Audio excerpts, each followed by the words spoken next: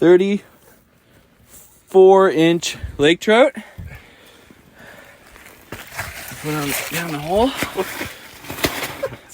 Holy shit. Look at that thing. Yeah, he's going to be... 10-inch hole. We should weigh it, but I bet you it's probably 10 pounds, at least.